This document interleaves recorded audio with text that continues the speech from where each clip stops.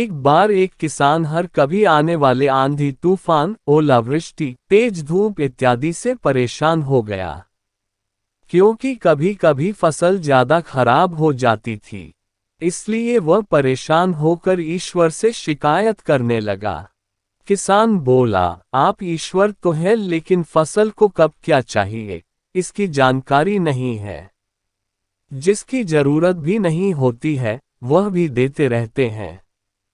इसलिए आपसे मैं विनती करता हूं कि आप मुझे एक मौका दीजिए।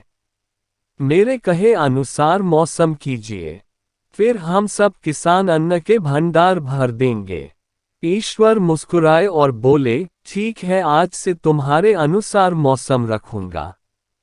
किसान खुश हो गया। किसान ने अगली फसल में गेहूं की बुवाई की। उसने जब चाहा तब धूप मिली, उसने जब चाहा पानी मिला, पानी की तो उसने बिल्कुल कमी नहीं आने दी। आंधी, बाढ़ और तेज धूप तो उसने आने ही नहीं दी। समय बीतने पर फसल बड़ी हुई। किसान भी बहुत खुश हुआ कि इस बार शानदार फसल दिख रही है। किसान ने मन ही मन सोचा कि ईश्वर को अब पता चलेगा कि अच्छी फसल के लिए क्या क्या जरूरी है। फालतू में ही किसान को परेशान करते रहते हैं। किसान फसल काटने के लिए खेत पहुंचा। गेहूं के पौधे की बालियों को हाथ लगाया तो उसके पैरों तले जमीन खिसक गई। उसने देखा कि किसी भी पौधे की बालियों में एक भी दाना नहीं था। किसान दुखी हो गया और बोला, हे ईश्वर, ऐसा क्यों हुआ? क्योंकि मैंने तो सब कुछ सही किया और सही समय पर किया। इस पर ईश्वर बोले, हे प्रिय किसान, ऐसा तो होना ही था, क्योंकि तुमने इन पौधों को बिल्कुल भी संघर्ष नहीं करने दिया। इन्हें ना तो तेज धूप में तपने दिया, ना ही आंधी का सामना करने दिया।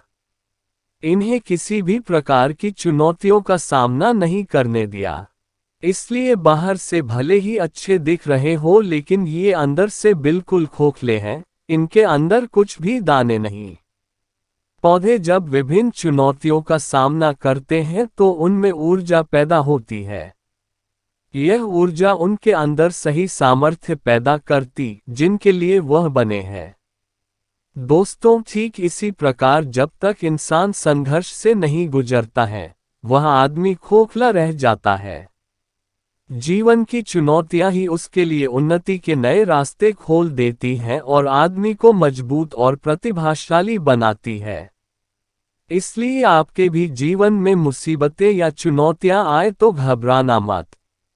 यह आपको बिखेरने के लिए नहीं, निखारने के लिए आई है।